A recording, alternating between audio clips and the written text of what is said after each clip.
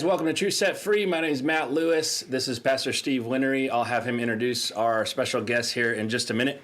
If you guys have questions for me, please send them to me, crosswalkradio@gmail.com. You guys can text or leave a voicemail, 707-872-7677. If you guys are watching us live on social media, YouTube or Facebook, post in the comments. We'll try and get to your questions as quickly as we can. I should say this because I never do, but if you're listening on the radio, keep in mind that we record, so you're about a week behind. So if you're listening to this and you go to do a live question, we're not going to get to you. So just FYI there. Pastor Steve, why don't you introduce who we have here, and then we'll jump in. This is Avi Regev, and he is our tour guide that we use when we go to Israel. And gosh, I've known you for a long time. Yeah, it's been a while. It's Yeah. been like it's probably been since at least 2012, 2010, something like that. Yeah. And favorite tour guide ever. Avi was a colonel in the IDF, and he just told me they still call him up from time to time. And so he gives us a lot of insights on what's happening as far as military aspects and that kind of thing with Israel. Very knowledgeable man and a good friend. And so he's going to help us out here today. And he's also going to be speaking at my prophecy update tonight. And so And it's going FYI, to be a blessing. Yep, FYI, guys, that starts at 6:30 sharp. There's no worship. They're going to go right into the prophecy update tonight. So if you want to come a little early, get a seat, and then they're going to be jumping into it. With that note, if you have questions for Avi regarding Israel, because that's his specialty, that's what we're going to focus on for today's show, please send them to me, and we'll try and get to them. Okay, that's all I got. Are you good? Ready to jump in? All right. My first one for you, Avi, today is going to be about Benjamin Netanyahu. So as far as politics go, that's the biggest thing I see Israel related is Benjamin is back in office, and of course that affects you guys. So I guess start out by saying a lot of people don't understand how your prime minister system works. And when they see Ben in office again, they're like, wait a minute, this is like his third time. What's going on? So maybe you could just kind of explain how that goes and then what it means, because at least the media would have us believe that they're a right-wing extremist party that's overruling Israel. So what's your take on that? Okay, first let's deal with the rule of the prime minister in Israel. Right. So the president is just kind of a representative rule. He will the one that nominate the gentlemen that have the most best chances to create a coalition in the government after the election. He's the one that nominate the ambassadors, but it's kind of a representative role. The prime minister actually have the authorities, like the president in the United States. And Netanyahu is a very intelligent man. He was prime minister for almost 12 years and doing great things for Israel.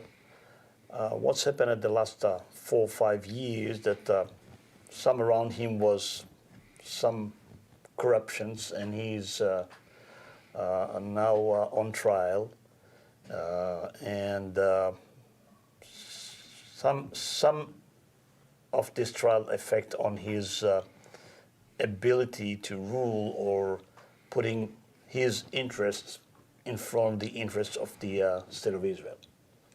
So Okay, this is the reason why his last government was lost, and we have another government for about a year or so.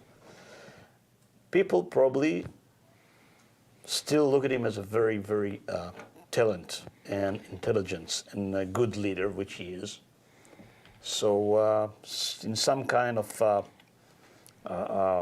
protest voting, they now put him back to position. Putting him back to the position, he need to create a coalition. This coalition is made with some right-wing extremists that it's tend to be some kind of odd situation that Netanyahu turned to be the most left central wing in his government. So it'll be very interesting to see how he can control all those, and it's just 2 weeks that they start, and I wish them luck because their success is the state of Israel's success. So governmental system is a parliamentary system. Yeah. And so Israel elects representatives that make up the parliament, right? Yeah. Okay, so how many seats in the parliament? We have 126. Personally, I think we can do great with 60, but that's the price of democracy. Why 120? Because at the ancient time, the high authority, the high assembly of the Jewish people, the Sanhedrin, which was the political and national and religious authority, have 120 members. So when the State of Israel established, they choose this number again. Right. And so they get politicians elected from all kinds of different backgrounds, and then the prime minister has to put together a coalition that will be the majority in Yep. parliament. At least 61 Right. parliament members. Okay, and so that's how the prime minister changes. If somebody loses That's the trust of the Parliament. of the parliament, then do you have new elections at that point, or do you? Yeah, Okay. there'll be new election, and this is what's happened in the last 5 years, that we have about more and more of those elections, and now Netanyahu government have 64, 65 members. Okay. So I can't help but think of our situation here in America with Trump, where you have the Americans are divided kind of 50-50, and then you have one political party attacking him in almost every area. Is that similar with what's going on with Benjamin Netanyahu, or is it different? I see a lot of similarity Yeah. of what's going on in the state to what's the process in Israel with 50-50 people, and at the end of the day, I think we have to choose and continue to lead Israel. We don't have the luxurious of dealing with just domestic things, because around us things happen. So it's quite similar, yeah. Okay, so I have questions in here about Middle East and things like that, but before we leave Benjamin Netanyahu, he seems, at least in my opinion, just watching from a distance, to be somebody who was more aggressive in your foreign policy. And so when he got, and what I mean by that is he was very hard-nosed, like outspoken about we won't be messed with, they will not get a nuclear weapon towards Iran, those type of things. So when he got in office, I was kind of intrigued of tensions escalating, especially with Russia and different things like that. Do you see that as the case? And if so, is that a positive for Israelis or a negative? I don't think he's more aggressive. I would say he's more assertive. Okay. And I see it in a very positive way, Right. because we are living in a very tough neighborhood. Yeah. And what most of the Western world will consider as gestures, some of the nations that around us, our enemy, will consider as a weakness. And if you will be weak over there, you won't be. So I think he's very, very rational and very, very realpolitik. Okay. All right. So we talked a little bit before the show about the Ukraine situation. Yeah. That's my next question. What is your take on the Ukraine debacle? And then how does that affect Israel? Because we hear different things, all right, but we're looking at it from our American glasses. How does Israel see this, and what do you see coming? This is a very, very interesting issue, and actually this is the most topic that I'm going to refer tonight in my presentation. I would say the most important lesson that we have to take it is the guarantee that given to the Ukraine in 1994. 1994 was the Budapest Agreement. The United States, the United Kingdom, and Russia promised the Ukraine that they'll disarm from their nuclear weapon, and in exchange to that, they promised them that they'll defend them, and they promised not to invade. As you know, it doesn't work so well. Yeah. So, and all the guarantees just didn't work. So this is the main lesson that Israel need to take from that. It's not that we didn't know about it, that we need to count only ourselves, but this is the main lesson that not only Israel, other other countries that are allies of the of NATO, for example, or the European Union. They need to look what's going on and see what kind of support the Ukraine get or not. So this is the main lesson, and there's more. We'll talk about it in the evening. Yeah. Steve, you got anything that you want to add on that? Yeah, I just the 1994 agreement. You know, when this whole when the issue with the Crimea came up. That's I was like, 2014. Yeah. Yeah, here we are. You know, they make an agreement. These guys disarm, and then Russia comes in and just takes what they want at that point. This time, it's not working as well as they thought it would, but yeah, still. And if you take it for the long shot, for the Iranian, for example, so the Iranian step aside and they look and see what's happened, and they have the drive to continue their nuclear program. Mm-hmm. So that leads me into the next question, and you can talk about Iran as far as the nuclear program if you want in this context. But it has to do with Saudi Arabia. So what we've seen is the U.S.-Saudi relationship has deteriorated. In fact, I was just reading an article that I have somewhere here, and I can just ad-lib. But basically, the foreign policy advisor said it's the worst he's ever seen for U.S. and Saudi relationship. Some of that has to do with, I guess, Biden and the prince over there don't like each other for whatever reason. Some of it, the macro guys I listen to say that has to do with America being the big bully, and they're trying to get away from the petrodollar and oil transactions, and Saudi Arabia is kind of withdrawing from the stage because they're going towards Russia and China and away from us for that regards. But Benjamin Netanyahu, you have the thing with Russia that tends to be pro-Iranian, right? Yeah. And then you have Saudi Arabia, which you have the Sunni Shiite Middle East thing. In that world, do you see it inflating now that they have the confidence from what Russia was doing? Has it changed since the Russia-Ukraine thing? And where are you guys at with Saudi Arabia? Well, we named this conflict between the Sunni and Shiite countries the Sushi. Yeah, Sunni Shiite. Yeah. And we need another 2 hours to explain what's the difference. But right. Just in general speaking, the Shiite were a minority, and they were chasing for years. And their rise up again was coming Khomeini in 1979 back to Iran. And the Saudis, first of all, I think the Saudis are a very stable country and have a very important role in the Middle East. MBS took and then this is quite an experienced guy. He was the ambassador, the Saudi ambassador in the state. He was the Minister of Defense of Saudi Arabia, and he's the one that's running the fights against the Houthis in Yemen, that's supported by the Iranians. So he quite know what he's doing.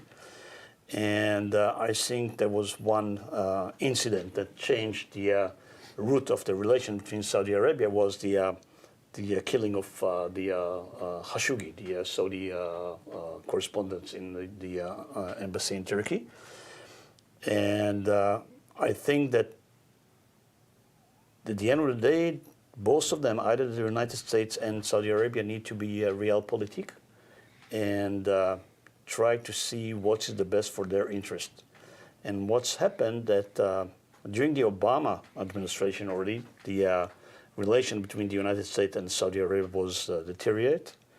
I think Trump era was much better relations. Mm-hmm. And I think it should be an American foreign interest to have a very good relation with Saudi Arabia, not because of the oil, but because what it's representative and what it's standing for, especially with MBS that have this Saudi 2030 program, which get this country to high horizons. So I think they should figure out how they find their mutual interest and not go far away from each other, because then they pushed towards the Russians and right.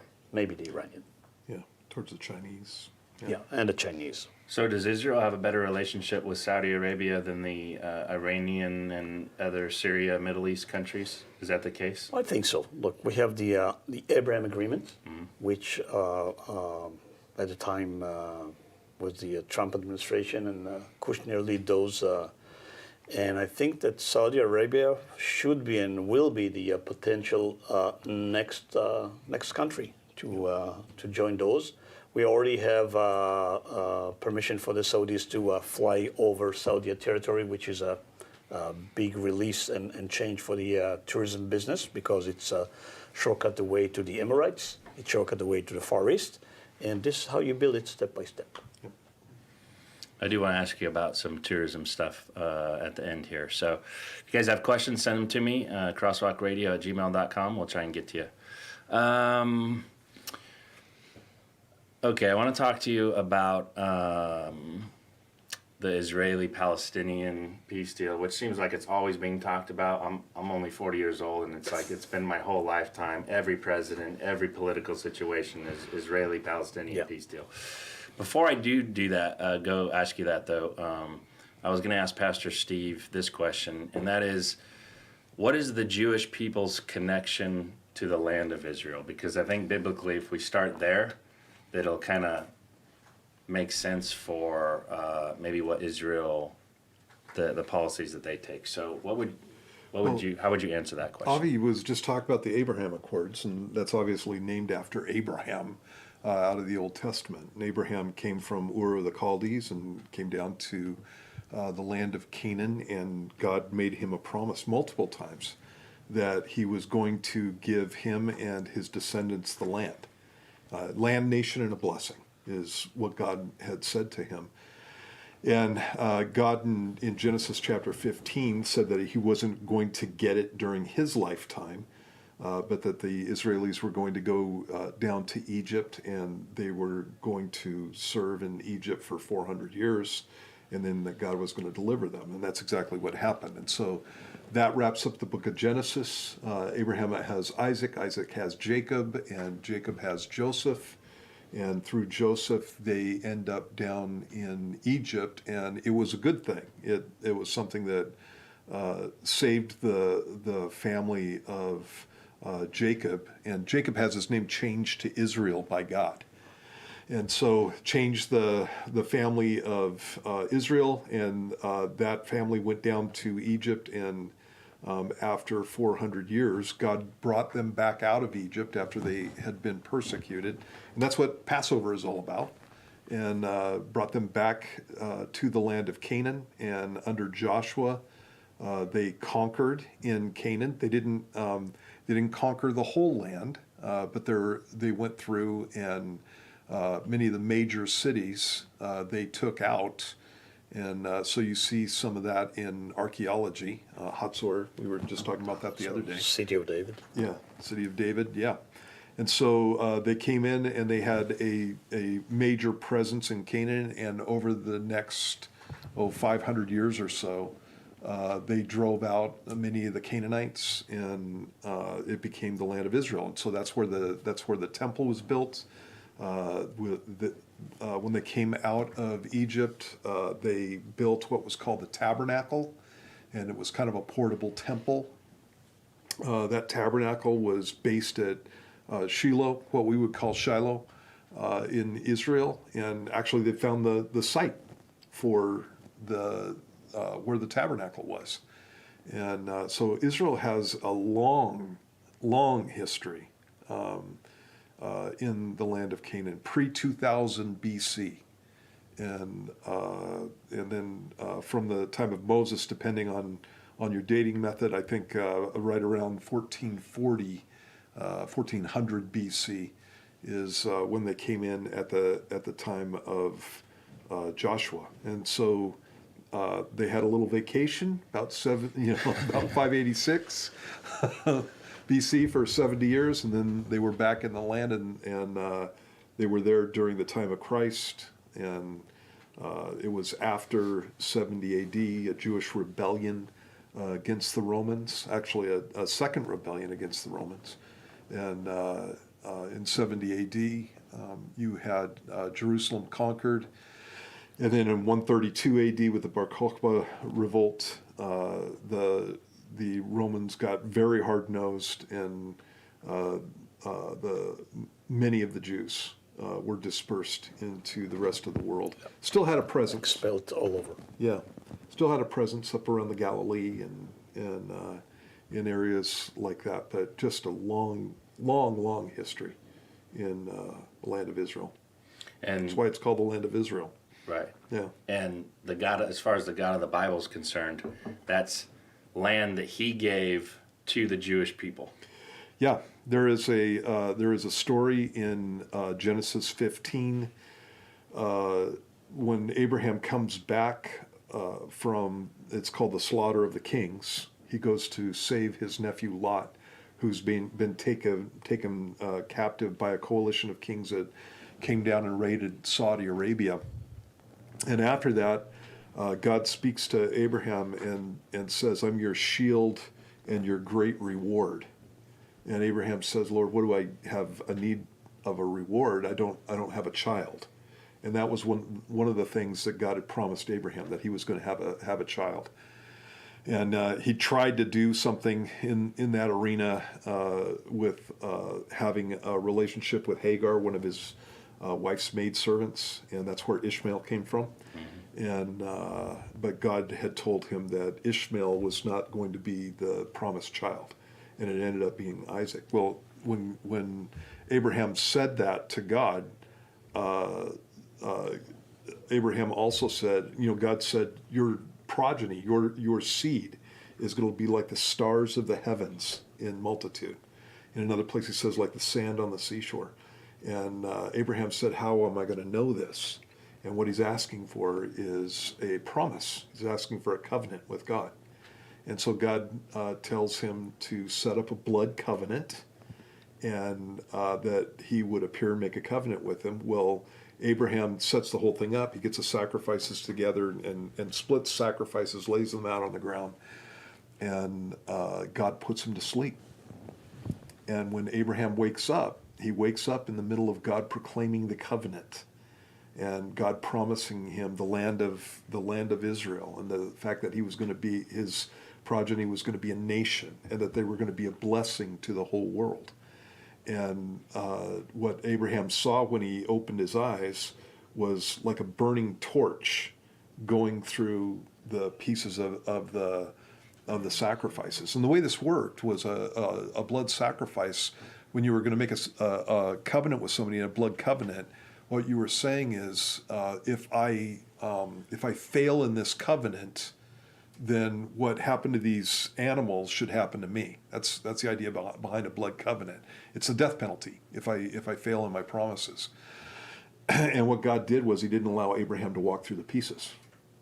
God did it by himself. And so that covenant was not based on Abraham's performance. It was based on the promise of God and nothing else. And so God has promised the nation of Israel, the land of Israel, and that they would be a nation, and that they would be a blessing to all the world. And one of the ways that blessing obviously comes out is our country is based on our form of government is based on Israeli law. Right. It's based on the old covenant, on the Ten Commandments. And so whenever I'm going through the Old Testament, I'm pointing out certain things that we have in our jurisprudence that came straight from the Bible. Yeah. And so you have that, and then you can, it's always fun to go through a list of Israelis, Jews, down through the years, and the things that they've done for society. Einstein was a Jew, and you've got all these different Jewish men and women that were just. Whenever I think about this, I think about science and medicine and that kind of thing, and just really a blessing to the world. And then on top of that, the biggest blessing that the world's ever gotten is a Jewish guy who grew up and was born in Bethlehem and grew up in Nazareth. Yeah. And we believe him to be the Messiah, and it's through him that we enter into the covenant of Israel. We don't become Israelis. I can't become a Christian and then go over to Israel and say, hey, land, nation, and blessing. Yeah. I want some land. That's not what the Bible teaches. The We're Bible not from teaches, any of those tribes. we're not from the tribes of Israel, but because of what Abraham did and the fact that his seed came and not only came to the people of Israel, but he said, other sheep I have. And so we come into the covenant blessing of Abraham, not through the land portion of the blessing or the nation portion of the blessing. We are not Israel. It's through the blessing portion where God said all the nations of the world would be blessed. And Paul makes that clear in the book of Galatians. And so Israel being in the land is something that God has promised, and he also predicted the fact that they would be out of the land in the book of Deuteronomy. And so even, Moses is 120 years old. He's talking to the people who've come out of the Exodus and telling them what their history is basically going to be before the history happens in Deuteronomy 28 through 30. And he says to them, if you obey me, then I'm going to bless you, and all the nations are going to know that you're blessed by God. And if you disobey me, then I'm going to curse you. And people are going to ask, why are they so cursed? And it's because they disobeyed the commandments of the Lord their God, and that they were going to be dispersed among all the nations. And then it flat out says that even though they're dispersed among all the nations, not just Babylon or not just Assyria, but among all the nations, it flat out says in Deuteronomy that God's going to gather them back from all the nations and bring them back to the land of Israel. And again, the reason that he can do that is because of the blood covenant that he made with Abraham, not based on the performance of the Israelis. Mm-hmm. It's based on God's promise to these people. And so God fulfills his promises. Israel is going to be the nation during the kingdom age. And so you have all these passages in the Old Testament that talk about Israel being central to the kingdom of God here on earth. And obviously, we believe that God's going to fulfill his word. And he's in the process of doing that. Israel is the regathering of the nation of Israel is the major last days prophecy. There are other things that go along with that, but for the things that we see in the Bible to take place, Israel has to be back in the land, and they have to be in control of the land. And, so, yeah. Which we think happened in 1948. Well, we don't think it. They're there. Right. That's my point. Okay, so I wanted you to lay that out because it doesn't matter what people say about the right to the land as far as God's concerned, or the fact that people replace Israel, aka the church, or anything. As far as God's concerned, it's his land that he gave to the Jews, and there's this eschatological plan, even that hasn't happened yet as far as the throne of David and things, that God still considers to be happening. Yeah, he made a promise. One of the things that's interesting about the giving of the law, so Moses goes up on to Mount Sinai, and he gets the Ten Commandments, and they have a blood covenant too. But in that blood covenant, what happens is Moses takes the blood of the sacrifice and he sprinkles it on the book of the law, and that's God's part. And then he takes the blood of the sacrifice and he sprinkles it on the people. And so they're in a full-blown blood covenant. Mm-hmm.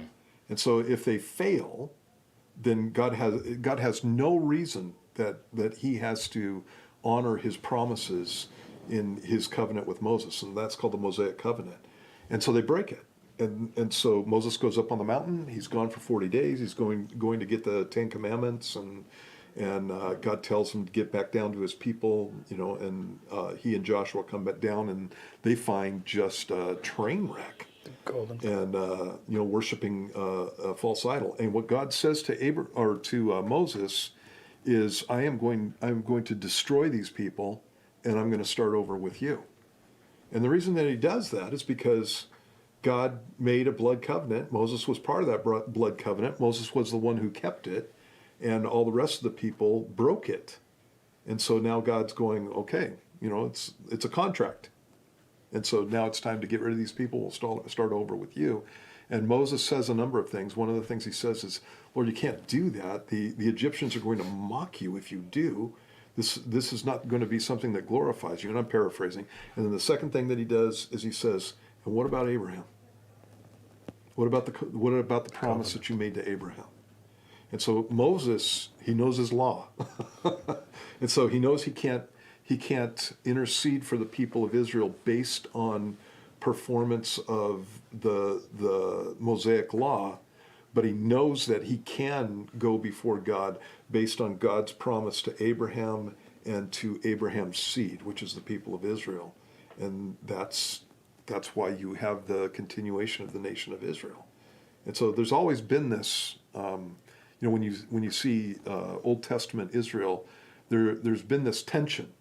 And so there's the keeping of the law and how God blesses or curses, depending on what they do with the keeping of the law.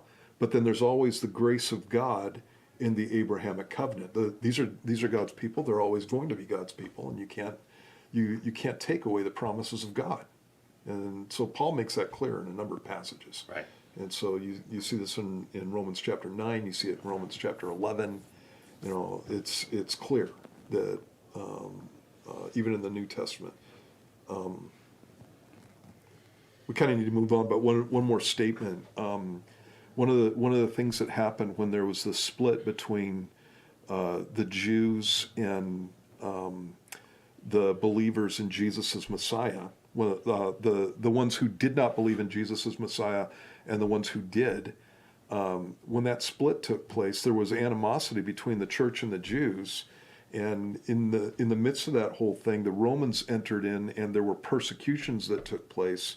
And when the Christian church became the state religion of the Roman Empire, one of the things that happened was there was some payback that they decided to do, and it caused major problems between the Jews and the Christians for the next 1,600 years. And a lot of this stuff about the church replacing Israel came from that period of time, specifically from Augustinianism. And so it's not what the New Testament teaches. It's something that was taught later on, and it's just not biblical. Okay. All right, Avi, back to you. With that foundation, my question is this: why has there been no peace deal reached between Israelis and Palestinians? Without letting the cat out of the bag, I'll just kind of let you unpack this from your point of view in Israel. Okay. First of all, you mentioned what are the rights, and I think the last couple of minutes will deal with the rights of the Jews and the Israelis to come and to their homeland, which is the state of Israel, or Canaan, the biblical Canaan. I want to go far back to the Roman time, to the Jewish revolts against the Romans, and the Romans winning, and they burning the temple and expelled the Jews all over.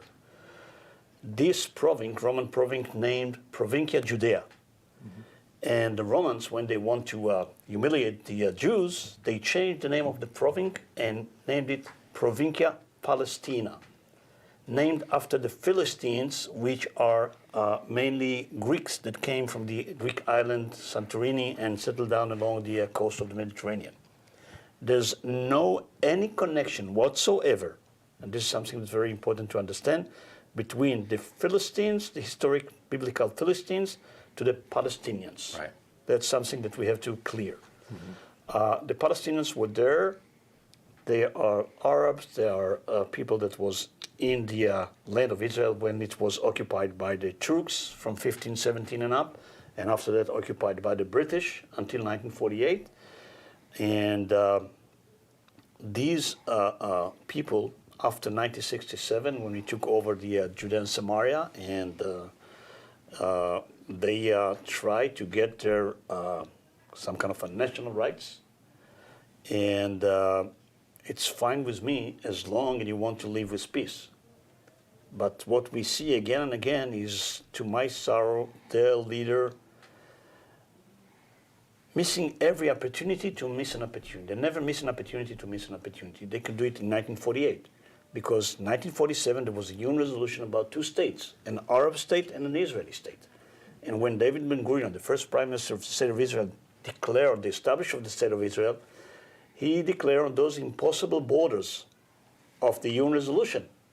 We accept it because, think about it at the time, it's 1947, that's 2 years after Holocaust after World War II, hundreds and thousands of Jews wandering around Europe as refugees, among them my mother, seeking for a homeland. They couldn't care less. You gave us this, we're going to take this. So he declared 14 May 1948 on those impossible borders, and what's happened? The Arabs didn't accept it. 5 Arab countries the next morning invade, and what we call the War of Independence started, lasted until March 1949. Lucky us, and it's not luck, it's definitely God will, because as a military career officer, to look at the military odds of the Israelis against the Arab countries in 1948, it's just the hand of the Lord. Sure. And it's end differently, and we get the state of Israel. At the end of the day, I believe that Palestinians need to have their own state without harming the security needs of Israel. And I think it's some kind of Israeli interest to have a Palestinian state, because I don't want to rule 3 million Palestinians, because then it's take out all the idea of the Jewish state. But it can be done by negotiate. It was started in Camp David with the Egyptians. It's continued with the Jordans, the Egypt state and the Jordan state, the Hashemite kingdom. And then there was the first attempt in 1995 between Yasser Arafat and late Yitzhak Rabin. And from that time and on, things never fulfilled to become some kind of a peace process and a peace treaty.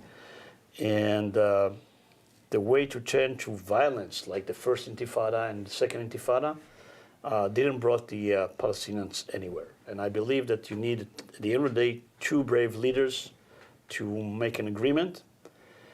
And I'll add one more statement that a very clever, wise lady by the name of Golda Meir, which was the Prime Minister of Israel, said when someone asked her, when there'll be peace among Israel and the Palestinians, you know what she said? She said, there will be peace between the Israelis and the Palestinians when the Palestinian mother love her child more than she hate us. And this is the situation at the moment, and we hope that at the end of the day it will reach to an agreement, because this region can be heaven. And the importance of the Abraham Agreement is not only the agreement between Israel and the Emirates, it's some kind of a signal of the Arab world to the Palestinians, because they don't continue to go forward in any process. And those Arab countries for years declared that there won't be any peace agreement with Israel unless the Palestinian problem will solve. And now look what's happened. They decided that this is their interest to have a relation with Israel, and they put aside the Palestinian issue. And that's give you a clue about what they think about it. Yep. So That's going to be a good thing. Yeah. So if I followed you correctly, the first part of your statement was the term difference between a Palestinian and an actual Arab?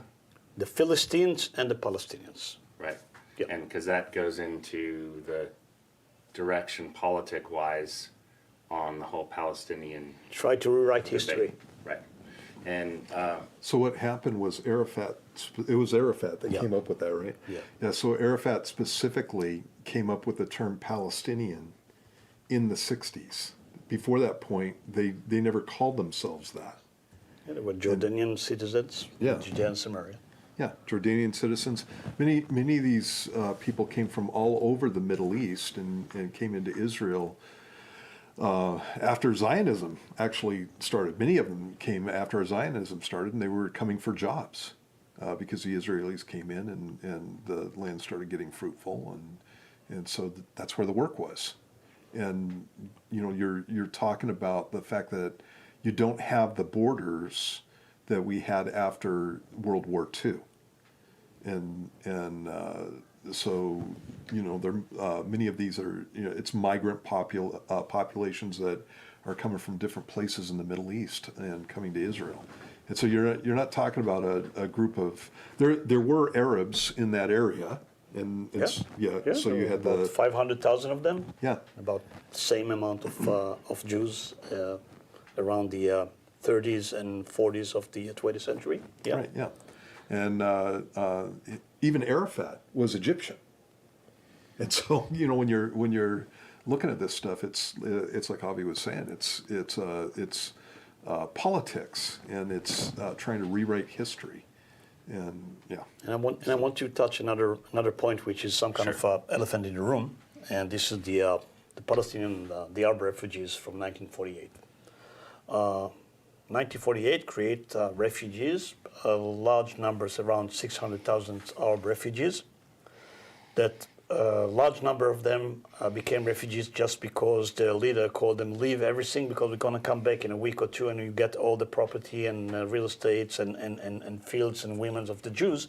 And that's not happened with the hand of the Lord. But anyway, each and every one of them is a personal tragic. But do you want to tell me that with the Arab oil money, for 75 years, the Arab world couldn't solve the Palestinian problem, refugees, if he wants to? Sure they can do, but they did not do it.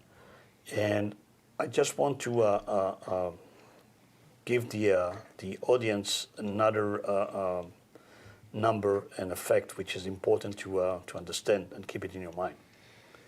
We are speaking about 600,000 Arab refugees from 48. From the other side, there's about 850,000 refugees, Jewish refugees, that kicked out from the Arab countries after the establishment of the State of Israel. My wife's parents, both of them came from Iraq, been in Iraq for thousands of years. If you want me to be more accurate, from 580 BC, when the Babylonians expelled them over there. Some of them came back, some of them stayed there. They kicked out in 1959 without nothing, literally speaking. And what was the state of Israel at the beginning years, 1950, 1952, 1955? Guys, one huge big refugee camp. People sleeping in tents, in shacks, but we did our best to give the options and the opportunities to the next generation, and we developed what we have achieved. All over the world, the right to name a refugee by the UN given to one generation in the hope that the second one will be improved and get out from this situation. Gaza is the only place in the world that the definition of refugee by the UN going from generation to generation. So instead of improve their life, they just start having the money from the UN, and the Arab countries refuse to support them, and this is how we get to this kind of situation. Right. One of the things that Avi's talking about is where the refugees came from was as soon as Israel declared itself to be a nation, the Arab nations around Israel attacked them and tried to wipe Israel off the map. They literally said, we're going to drive the Jews into the sea. And before they made those attacks, they told the Palestinian population, the Arab population in Israel, because they weren't called Palestinians yet, but they told the Arab population that if you leave now, then when we conquer Israel, we'll give you not only your land back, but we'll give you their land too. And then the Israelis won. And so then you have these Palestinian refugee camps up in Lebanon, and you had them in Jordan and Gaza. That was Egyptian territory, and these different places. And one of the things that the Arab nations didn't allow was for those refugees to assimilate into their countries, and so they kept them in refugee camps, right? Yep. Yep. Yep. And the other thing that he was talking about, and this is something that I don't know if most Americans are understand this, but what Avi was talking about was 850,000 Jews in those Arab countries were thrown out of those countries by the Arabs, and they had no place to go except for Israel. And so you have 600,000 refugees from Israel that are displaced because of an Arab war, and then you have 850,000 Jews who are displaced as retribution against the Israelis. kicked with nothing in their hands. Yeah, No property, exactly. no money, nothing. Just the clothes. Yep. And so, you know, It's the a personal Israelis are tragic. behind Yeah.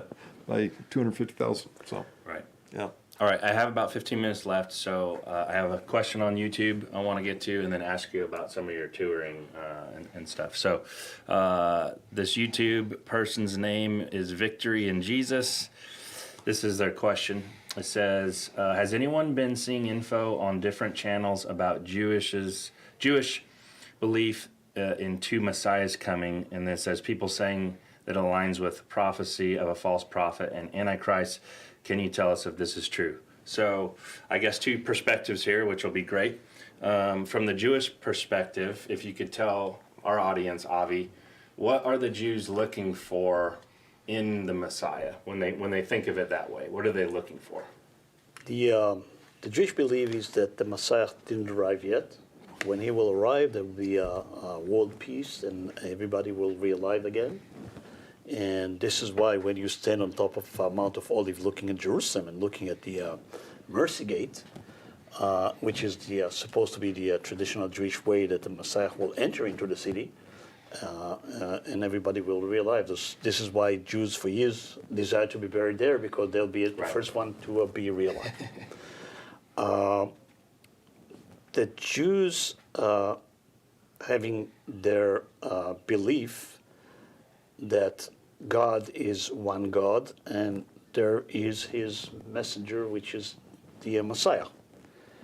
The Jews have difficulties to accept the Trinity, the fact that the same thing is the Father, the Son, and the Holy Spirit too. This is where these things were depart, because if you have to remember that Jesus didn't preach for having a new religion. He preached to Jews to change their ways. So the Christian belief, which is Jesus is the Messiah, and we're speaking about the same route. He's coming from the north, from the Galilee. He's baptized by John. He's reaching to Jerusalem. He's entering to the same gate, Palm Sunday, preaching and argue with the priest and the money changers and all. So it's kind of a matter of a belief, and I respect every people's belief. So I will solve it by saying that if I see the Messiah in the streets of Jerusalem, I present him with one question: is this your first coming or the second one? So, Pastor Steve, in this question, and I think you can understand what they're saying here, they believe in there's two messiahs, and is there a connection to end times prophecy of the New Testament, of the Antichrist and the things that the book of Revelation tells us going to happen?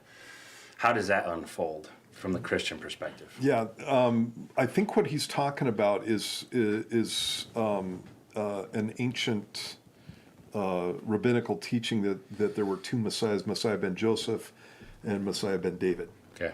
And because when you read in the Old Testament, there's a Messiah who suffers, and some of that has well, this is old school. We're talking about ancient here, and so there's a Messiah who suffers, and there's a Messiah who rules and reigns, and obviously both those things are in the Old Testament. From a Christian perspective, when we look at Isaiah 53. That's Messiah who's suffering, and you have stripes and piercing, and we like sheep have gone astray, and each one of us has turned his own way, and God laid on him the iniquity of us all, and even talks about being laid in the grave in a rich man's tomb, and being numbered with the transgressors, and talking about the thieves on the cross and that kind of thing. We could go through and do Isaiah 53, and one of the problems that the teachers had back in those days is how to reconcile those two. Well, which one is it? Is it a conquering Messiah or a suffering Messiah? And obviously, when we look at the Gospels, what we have is a Messiah who comes and ultimately suffers. By the way, he offered to conquer. Because he gave them the opportunity to set up the kingdom, and they said no. Right, yeah. And so he suffers, and then he says, before he leaves, that he's going to come back, and when he comes back, he is going to be the conquering Messiah. The other thing that he's talking about is, I've talked to, I don't know if I've ever talked to you about this, Avi. So how most of the Jews that I've ever talked to, Orthodox specifically, have said to me that the way that they're going to recognize Messiah is that he's going to rebuild the temple. That's one of the ways. Yeah. Yeah. Okay. And so what this guy, what's his name again? It's just a YouTube name, Victory in Jesus. I don't know if it's a guy or girl. Okay. What they're talking about is the idea that when the Antichrist comes in the New Testament, and there's even passages in the Old Testament that indicate this, that he has a covenant with the people of Israel. This is out of Daniel chapter 9. And that covenant is a 7-year covenant. In the middle of it, he breaks it. And when he breaks the covenant, sacrifice and oblation cease at that point. And Jesus, actually, Daniel calls it abomination that makes desolate. And Jesus refers to that in the New Testament, the abomination of desolation. And Paul refers to it.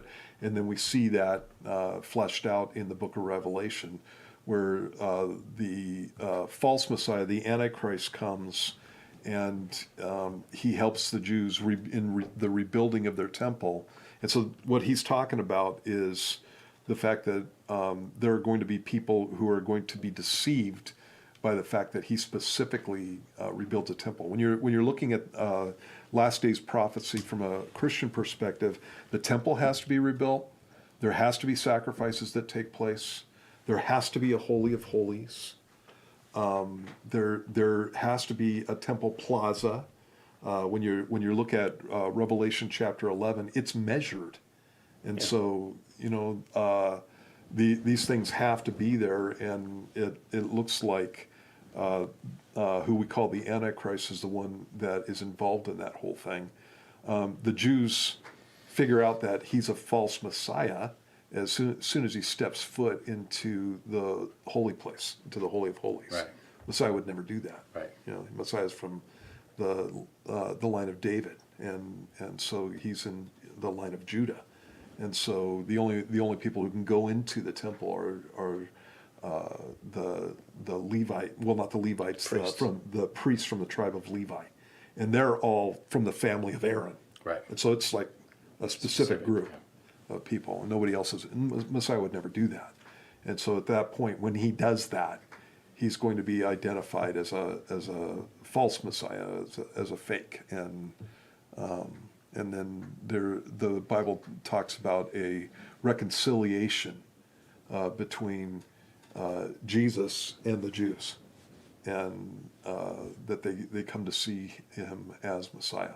And so that's what he's talking about. Right. Yeah. Would I be correct in saying, from the New Testament perspective, that the first coming, they were looking for a Messiah that rules and reign, and they got it wrong because he was the suffering servant. Mm-hmm. And then the second time, they're looking for someone who brings peace. But the second coming, no, he's coming to rule and reign and make war. Yeah. One of the things that you need to understand about what was going on at the time is it wasn't just the Jewish nation that had the misconception of the ministry of Jesus. John the Baptist did. Right. So John the Baptist is in prison under Herod, and he sends his disciples to Jesus and says, are you the one, or should we look for another? Mm-hmm. Because he knows that, he's about to get his head lopped off. Yeah. And he's expecting that Jesus is going to bring in the kingdom. Right. And what Jesus does is he quotes from Isaiah. And he talks about the blind see and the lame walk. And he goes through and references a number of verses. And then he says, and blessed is he who's not offended by me. And, obviously he's letting John know that even though it's a little bit different than what he was thinking, that these things are happening. Whose sole mission in life, by the way, was to reveal that Jesus was the Messiah through the ministry of repentance. Right. Yeah. So interesting correlation. All right. Yeah. All right, Avi. We got 5 minutes left, so I wanted to ask you. Well, first of all, I don't even know this, but how did you? If you could, just in a nutshell, tell us, how did you get involved in tourism, being a tour guide, and then what's it like over in Israel now? It's kind of a post-COVID crazy world. We're going over there in next year. When is that, Steve? 2023? November. Yeah, November. November? That's this year. Yeah, this year. See, it's a COVID is already this way. Not to get too excited because I believe that trip's always full, but we tend to go every other year before the crazy meltdown. So just give us a rundown on what that is. I finished my military service after 25 years, and I want to do something which have some meaningful, and I enter into this guiding, and for me it's kind of a mission. It's give me a lot of joy and a lot of meaning in my life, that I know that I have the ability to show people the Bible and to show them the Bible in colors, because it's a very meaningful journey. It's not a tour, it's a journey. A journey in time, journey in figures, journey in spirit, in belief, in places, in events. And suddenly the most important thing after this kind of journeys is that you don't need to use your imagination anymore. When we talk about Mount of Olives, you are there. When we talk about Sea of Galilee, you are there. When we talk about Capernaum, you are there. Nazareth. So it's kind of highlights, in my belief, of any Christian or any Jew coming from his perspective to the Holy Land, and getting all your life dealing with Jesus and with what's happened, with Jesus' steps, and being there, being at the Elah Valley, see exactly where David coming from and when Goliath coming from, and pick the stone from the same stream. That's I think I'm blessed to guide those people. Mm-hmm. So this is the way I get over there. Situation now regarding COVID is very good. Everything is open. From last year, May last year, we start getting tourism again, and tourism grows and grows, and this year should be a very good year. And we welcome you to come. It's a great place. It's safe. It's amazing cities and people and landscapes, and we wish you all to be here. Awesome. So I'm just curious. One last thing is during the shutdown, because tourism, it's a big part of Israel, right? Yeah. And the economy and stuff. Was it weird did you ever go down there? Was it just like dead town, no one's there, just totally strange? Nobody there. My last group was March 12, 2020, about a month and a half after I was here. Mm-hmm. And that's it. There was lockdown, and after about 3 or 4 months of lockdown, then they got the vaccine, and around 80% was vaccinated. Mm. Because we have different medical systems, so we have all the data of each and every one if you have some sensitivity or something like that. So I think about 80% get their first vaccine, and step-by-step things were released. Yeah, awesome. All right, well, we're out of time for today. Thank you guys for joining us. Remember, you guys that are local, Avi's going to be part of Steve's prophecy update tonight, which is happening in our sanctuary at 6:30. So we encourage you to come out and join us for fellowship. Like Avi said, he's going to be talking to you about the Middle East from the Israeli perspective. And again, he's a professional in the sense of IDF, 25 years, military colonel. There's a lot of wisdom there. So for us as Christians, I think it'd be invaluable for you to come and hear what he has to say. And then, of course, Steve's annual prophecy update is always exciting. And so we encourage you and hopefully you to see you there in fellowship. That's all I have, unless you have anything else you want to say. Thank you for the opportunity. Yeah, man, it's great that you're down here, and I'm looking forward to what you have to your presentation tonight. So if you guys have questions, send them to me, crosswalkradio@gmail.com. You can text me, voicemail 707-872-7677. That's it for us here today. We'll see you guys next Wednesday at 3:30 on Truth Set Free. God